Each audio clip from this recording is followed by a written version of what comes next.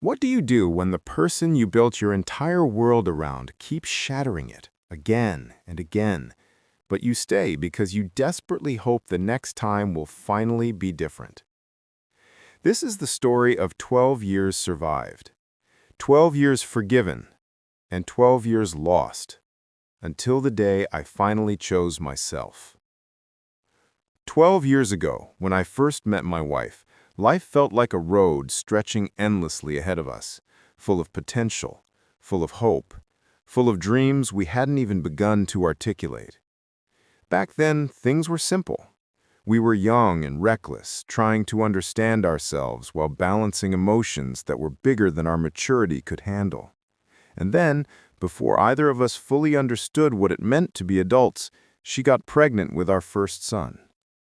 That news changed everything. Overnight, we went from carefree to responsible, from uncertain lovers to parents-to-be. There was fear, of course, anxiety, confusion, but there was also excitement, a powerful belief that together we could make life work, even if we didn't have everything figured out. But in the middle of that transition, something happened that left a mark on me that never truly healed. She confessed she had cheated on me while I was away. I can still feel the echo of that moment, the quiet around us becoming suffocating, her voice tiny and trembling, the disbelief in my chest heavy and sharp.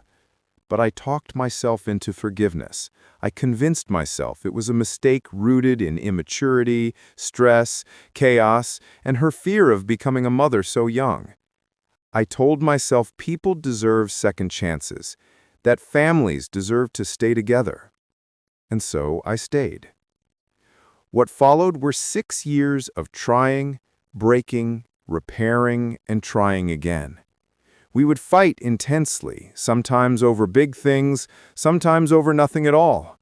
Then we would calm down and find our way back to each other, telling ourselves we were stronger than our problems. Some months were peaceful, others felt like walking barefoot across glass. But I kept holding on with all my strength, believing that commitment meant pushing through the worst. Eventually, after years of turbulence, after surviving things that would break many couples apart, we finally got married. I genuinely believed marriage would anchor us, that it would bring maturity, stability, and the emotional steadiness we had been lacking. I thought time, kids, responsibility, and challenges had taught us what we needed to know. I was wrong. 2 years into our marriage, just when I allowed myself to believe we had truly grown past our old mistakes, she betrayed me again. She flew out to meet her ex and cheated. That betrayal didn't just hurt, it humiliated me. It devastated me in a way that left me hollow. I wanted to leave. I wanted to walk out that same night without looking back. But then came the moment that still breaks me when I think about it. Our son, barely old enough to understand what was happening, begged me to stay. He cried. His small hands held on to me as if letting go meant losing his whole world. I stayed again. But a part of me died that day. From that moment on, our marriage became a fragile structure, held together not by trust, but by routine, responsibility, and the need to protect our children from chaos. Still, life kept going. We had our second son, who is now 2 years old, and for a while I convinced myself that maybe, somehow, the past was behind us. But trust, once broken, never regenerates naturally. It doesn't regrow on its own.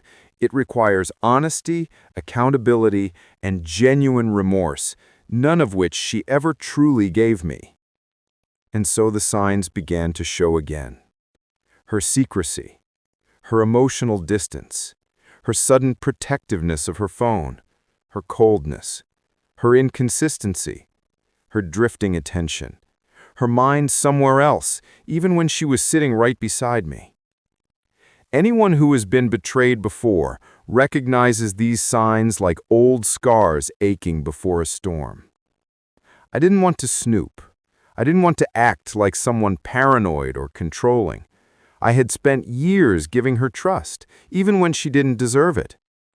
But this time, something told me the truth was already happening behind my back. So I looked. Not out of jealousy, not out of insecurity, but because my intuition was screaming at me not to ignore it again.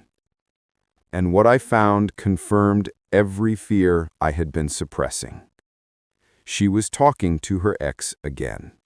Not harmless conversations, not polite check-ins, but intimate, emotional, nostalgic discussions filled with desire, with affection, with the exact kind of connection that destroys marriages quietly from within. Reading those messages felt like watching my entire life collapse in slow motion. Every line stabbed deeper. Every sentence made my breath shorter. My heart actually hurt physically.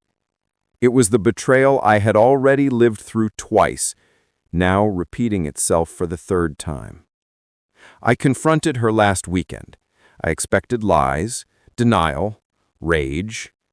Instead, she leaned into a familiar pattern, crying, weaving emotional excuses, trying to paint herself the victim of her own choices.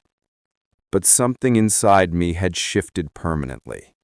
I felt calm in a way that scared me. The kind of calm that comes after a long storm, when the destruction is already done and nothing more can hurt you. I told her I wanted to separate. For the first time in 12 years, I chose myself, my peace, my dignity, my future. But the universe, or fate, or whatever force governs the cruelty of timing, wasn't finished with me yet. In days of our confrontation, I discovered she had continued talking to him, even after being caught, even after crying, even after promising it would stop. This time there was no shock, only confirmation.